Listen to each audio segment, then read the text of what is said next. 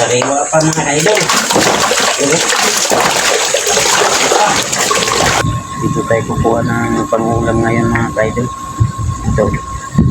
Dami mga isda ito mga kaidol. Mga tilapia. Yan. Tapos din sa kabila mga gulayan yung mga kaidol. So yan. Kukuha na tayo ng pangulam natin. Yung isda. Isdang tilapia. Ayan na. Kuha na tayo ng isda. Ayun oh. Ang lalaki oh. Dami. Dami kasi itong laman mga ka-idol. Malalaki na to lahat mga ka-idol. Ang daming laman itong aquarium na to mga ka-idol. Yung sa kabila, mga gulayan yun mga ka-idol. Yung sa likod ko. Mga kangkong saka yung mga okra yung nakatanim dyan.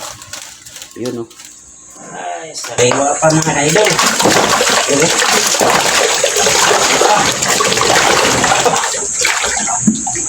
Yan pa oh.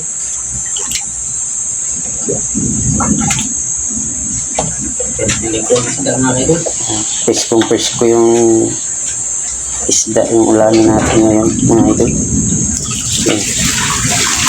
Talagang sariwa talaga yan.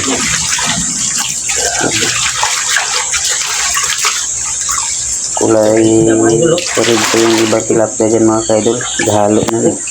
Iba yung lahi. May itim ka. No? Kulay red. So ngayon, tanggalan natin ng yung palikpik. Yung tinik. Tanggalan natin. Siguro meron yan sa dalawang kilo yata o 3. Sa ko lang, sa isip ko lang nasa mga 3 kilo. Yan, kiskisan na natin. Linisan na rin natin yan.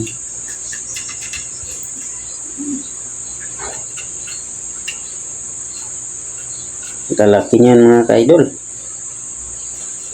Nasa 4 na daliri. Ang lapad ng tilapia na yun. Yan ang mga alaga ko dito sa mga aquarium mga ka-idol. Pero hindi naman sa akin. Sa ko yan. Sa amo ko mga idol. Ako lang yung nag-aalaga. So hanggang dito na lang ang ating video mga ka-idol. Maraming salamat sa iyong pagsuporta at saka sa pagpanood. Bye bye.